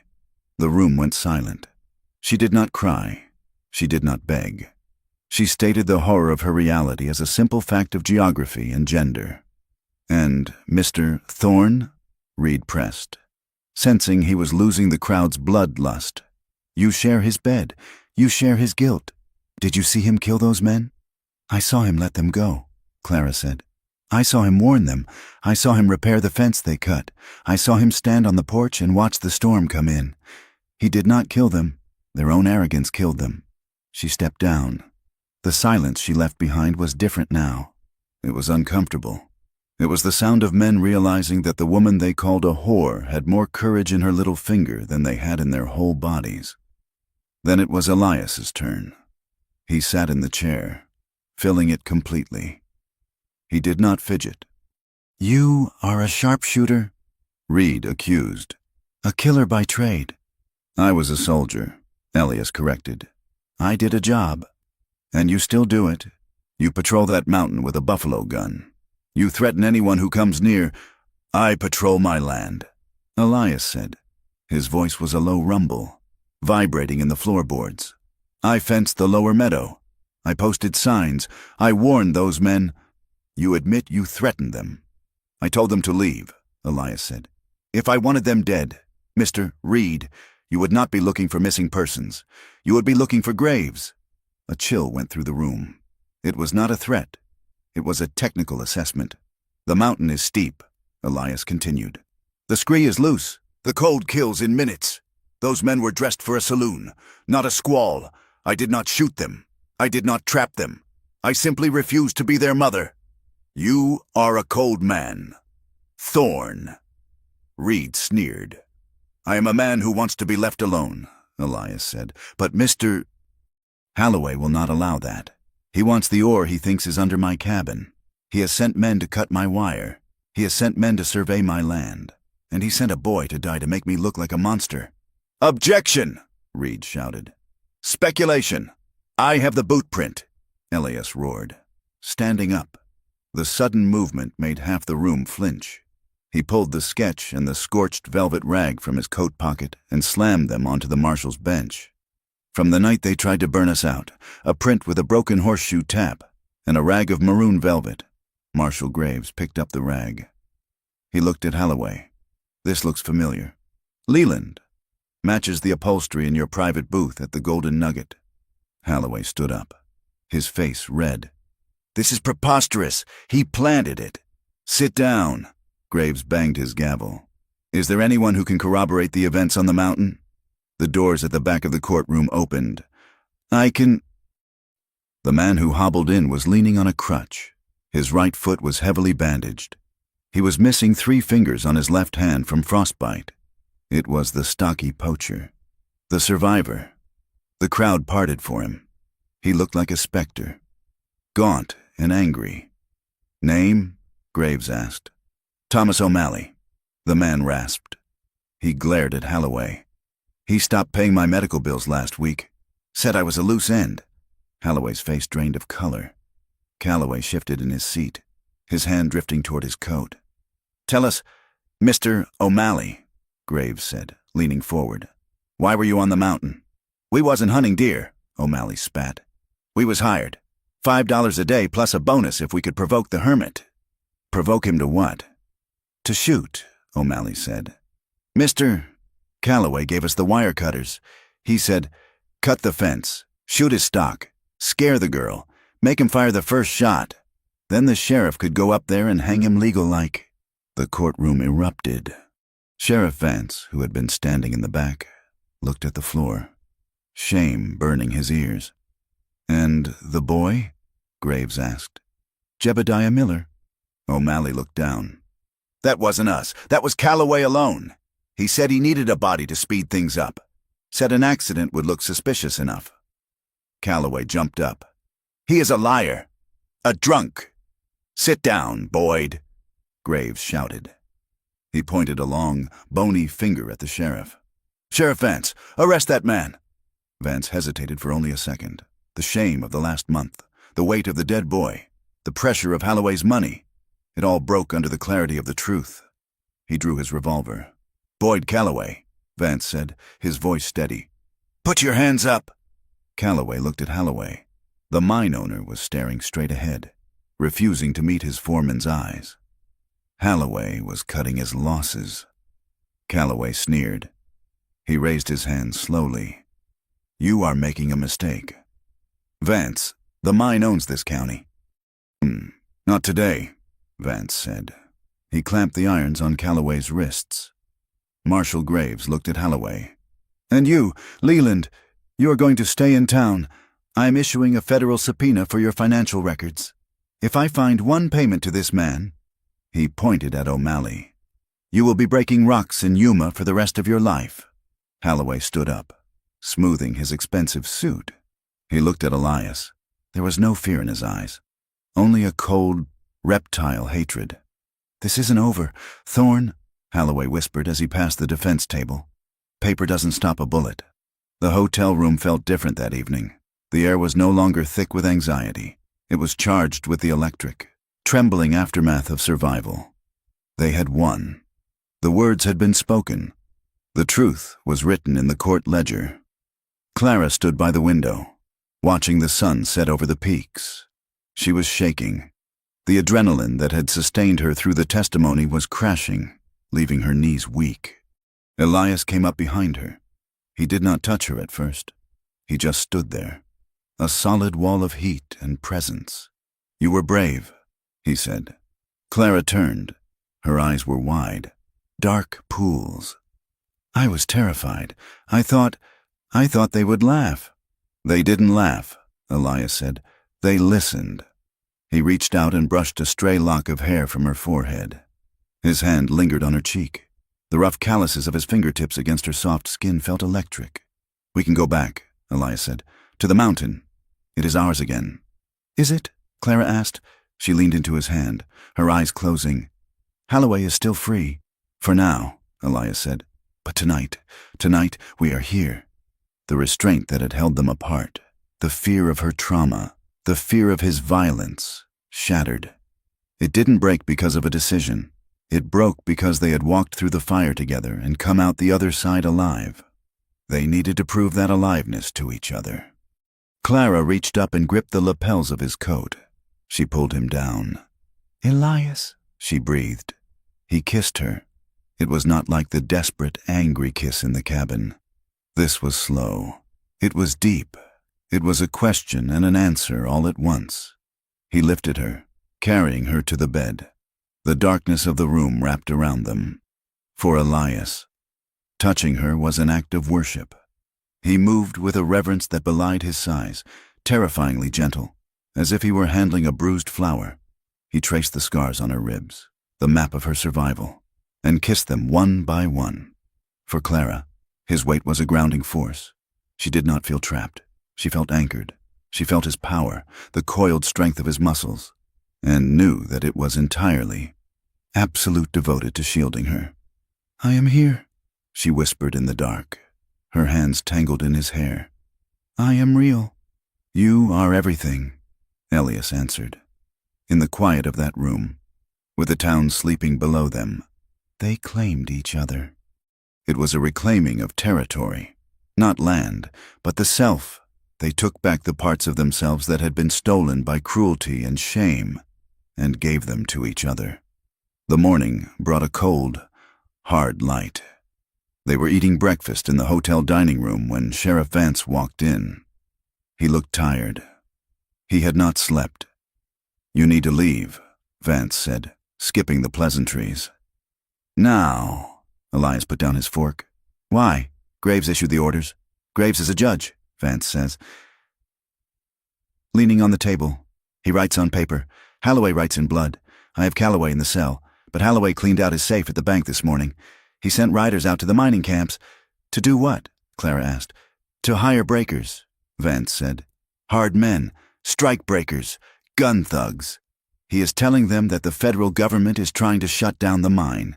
He is telling them that you, Elias, are the reason they are going to lose their jobs." Elias stood up. "He is going to the mountain. He is gathering a posse," Vance said. "Not a legal one. A lynch mob. He plans to go up there, burn the cabin, and claim you resisted. With Graves here, he has to make it look like a war, not a murder." "How many men?" Elias asked.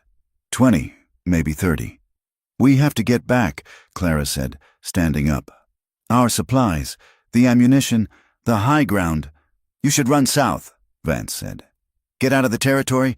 "No," Elias said. His voice was like grinding stone. "I bought that land. I paid for it. I bled for it. And I will not run from a thief in a silk suit." "I can't stop him," Vance said. "I have 2 deputies, and one of them is shaky. Graves is sending a telegram for marshals, but they are a week away." "Give us a head start," Elias said. "Hold them in town if you can." "I'll try," Vance said. "But he moves at noon." They rode the mules hard. The animals were strong, mountain-bred, but the pace was punishing. They did not take the switchbacks. They took the goat trail, a terrifyingly steep path that cut hours off the journey but risked a fall at every turn.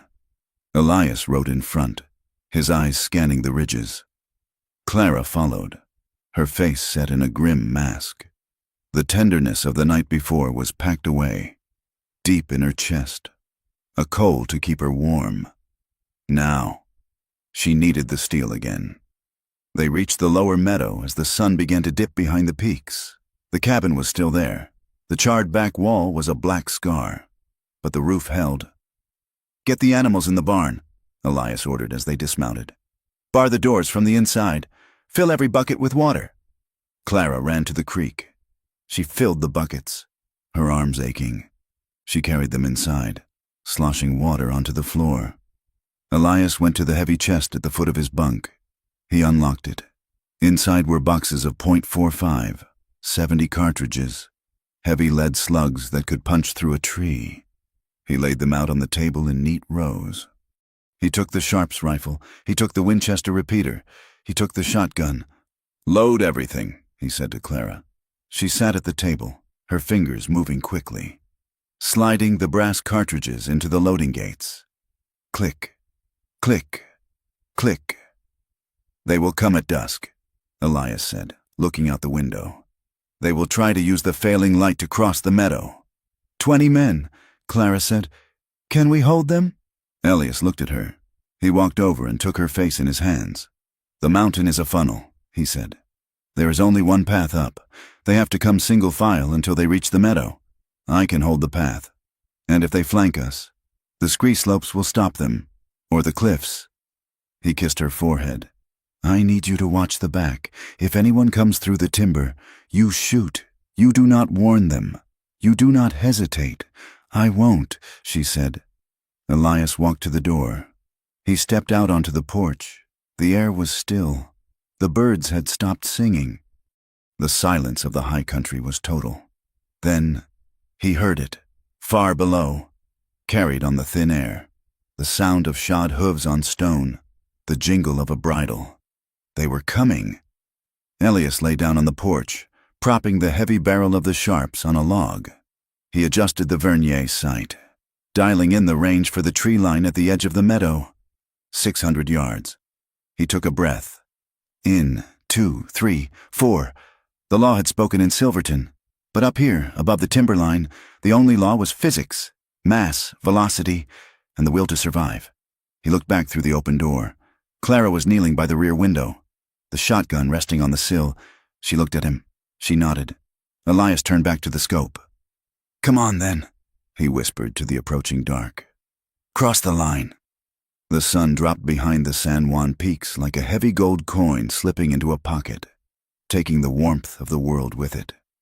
The twilight that followed was not the soft purple of summer, but the bruised, slate gray of an approaching winter. The wind had picked up, stripping the heat from the stone and whistling through the chinks in the cabin logs. Inside, the air smelled of stale coffee and gun oil.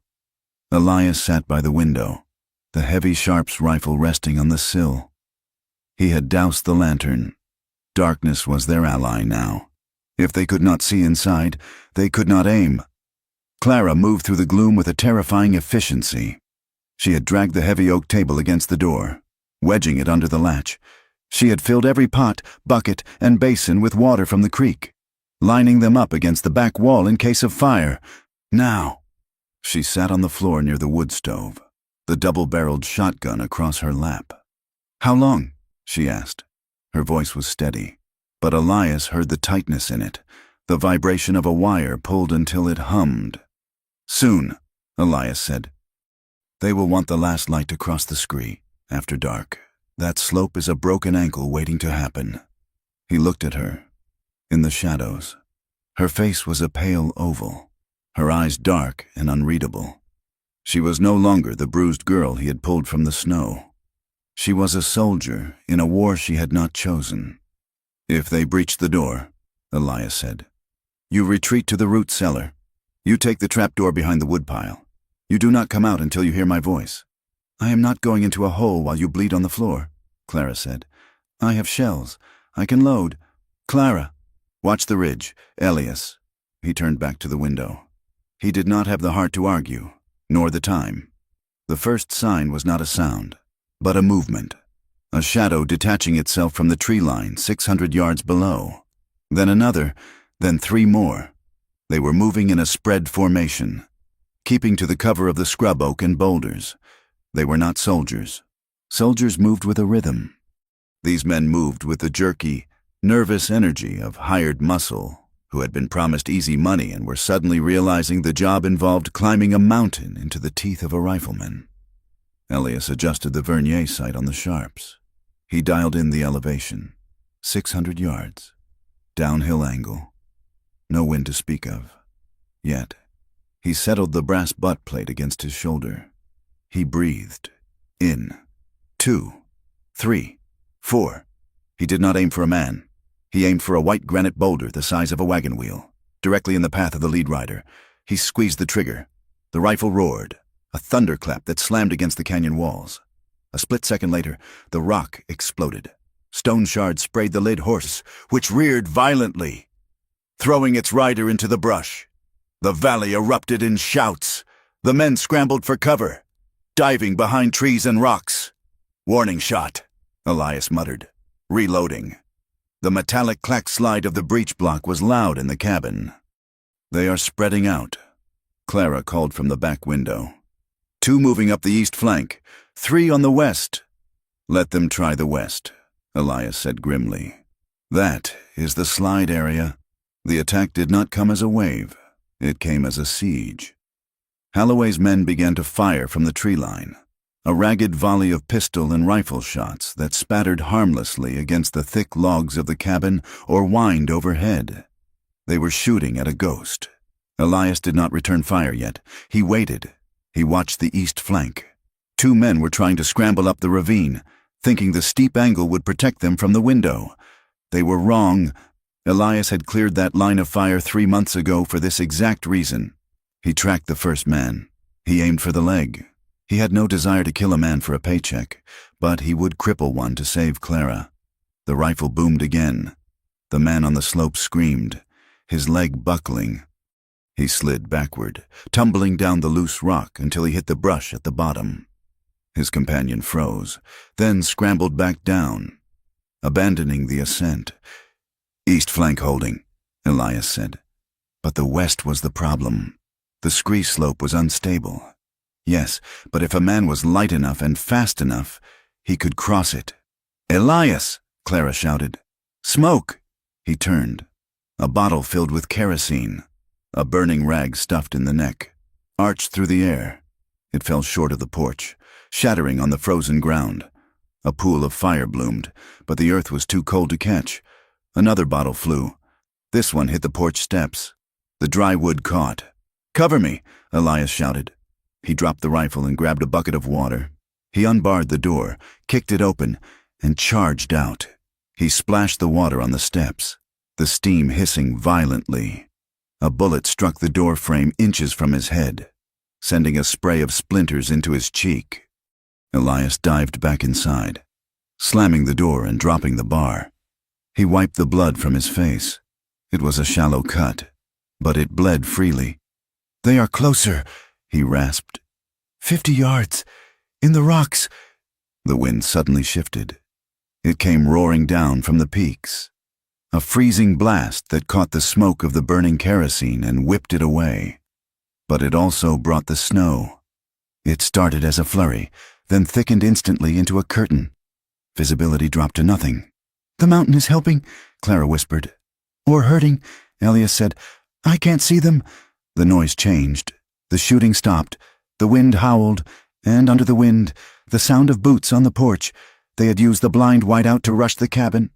The door shuddered under a heavy blow. A sledgehammer. Or a log. "Back!"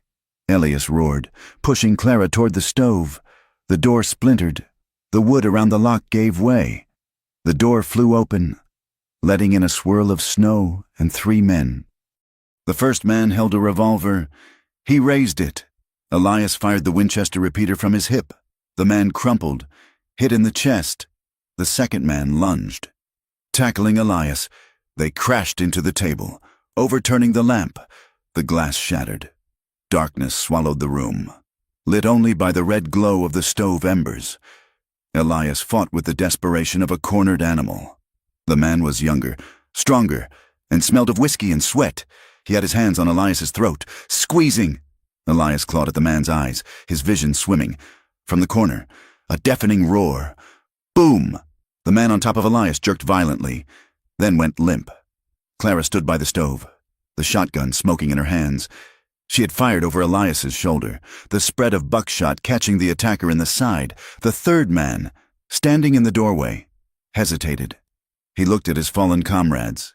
He looked at the woman with the empty eyes and the smoking gun. He looked at the blood spreading on the floor. He turned and ran. Elias shoved the dead weight off him. He tried to stand, but his leg gave way. A sharp, hot agony seared through his thigh. "Elias!" Clara dropped the gun and fell to her knees beside him. "Leg!" Elias gritted out. "Ricochet! Or a knife!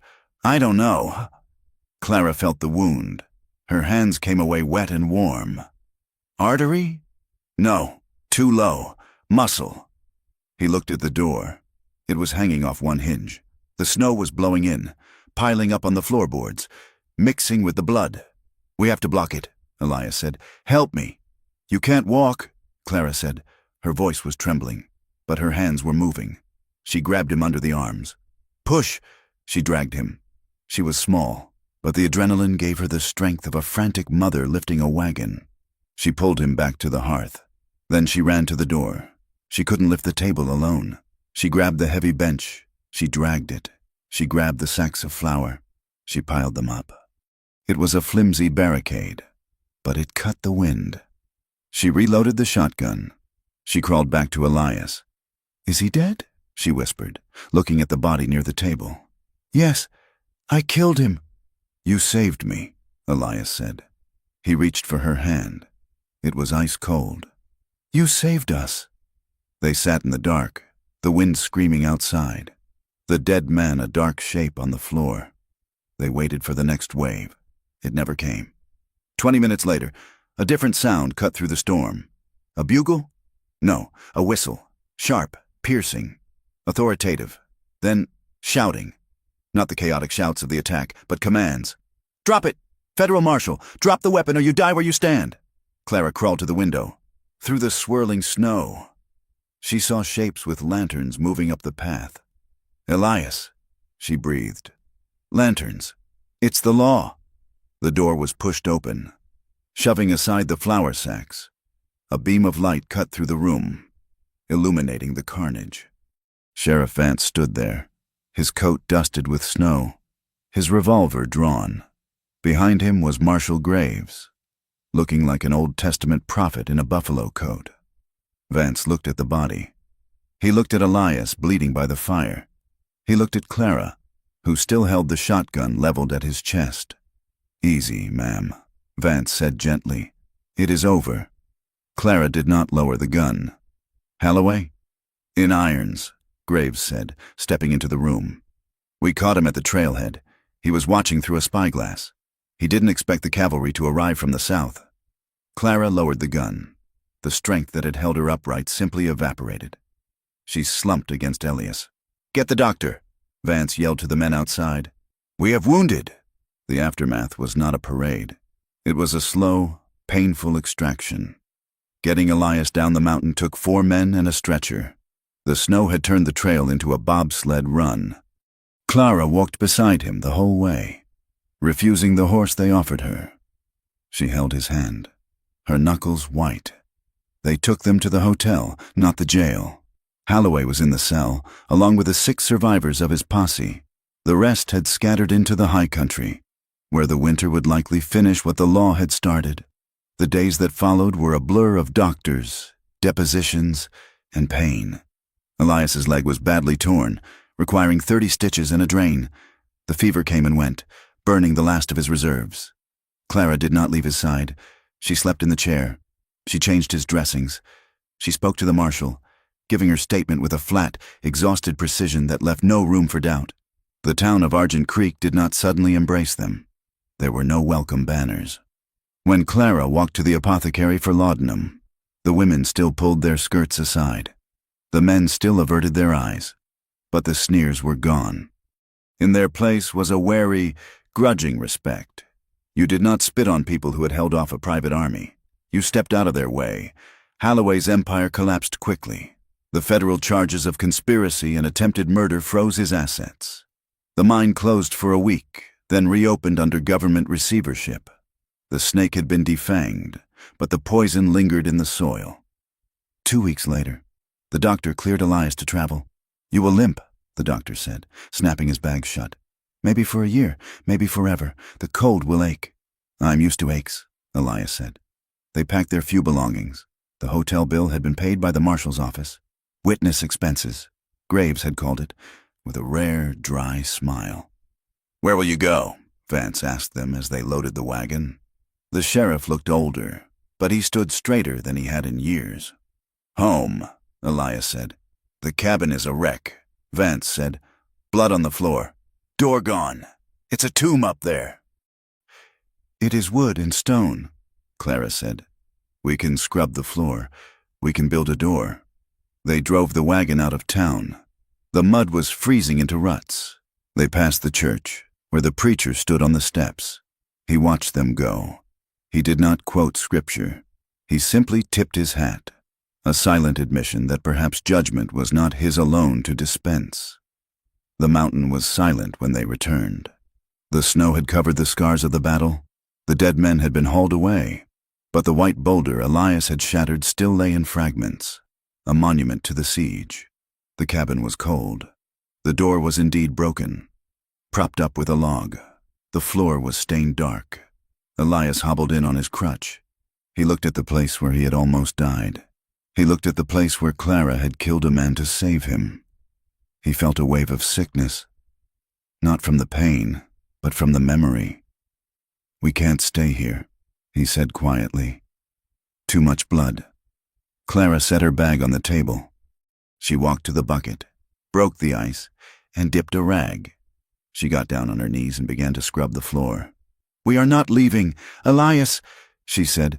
"Clara." "The blood washes out," she said, scrubbing harder. "The wood forgets. We do not—" She stopped and looked up at him. "If we leave, they win.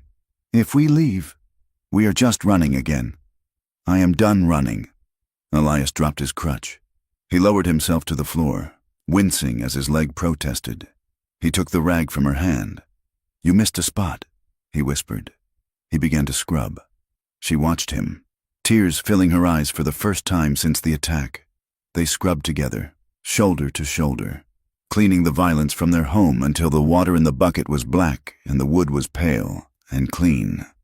That night, they built a fire that roared in the hearth. They hung a blanket over the doorway until the repairs could be made. They lay in the narrow bunk, holding each other. The intimacy was not frantic. It was slow. It was the desperate, grateful touch of two people who had checked the other for pulse and breath and found life.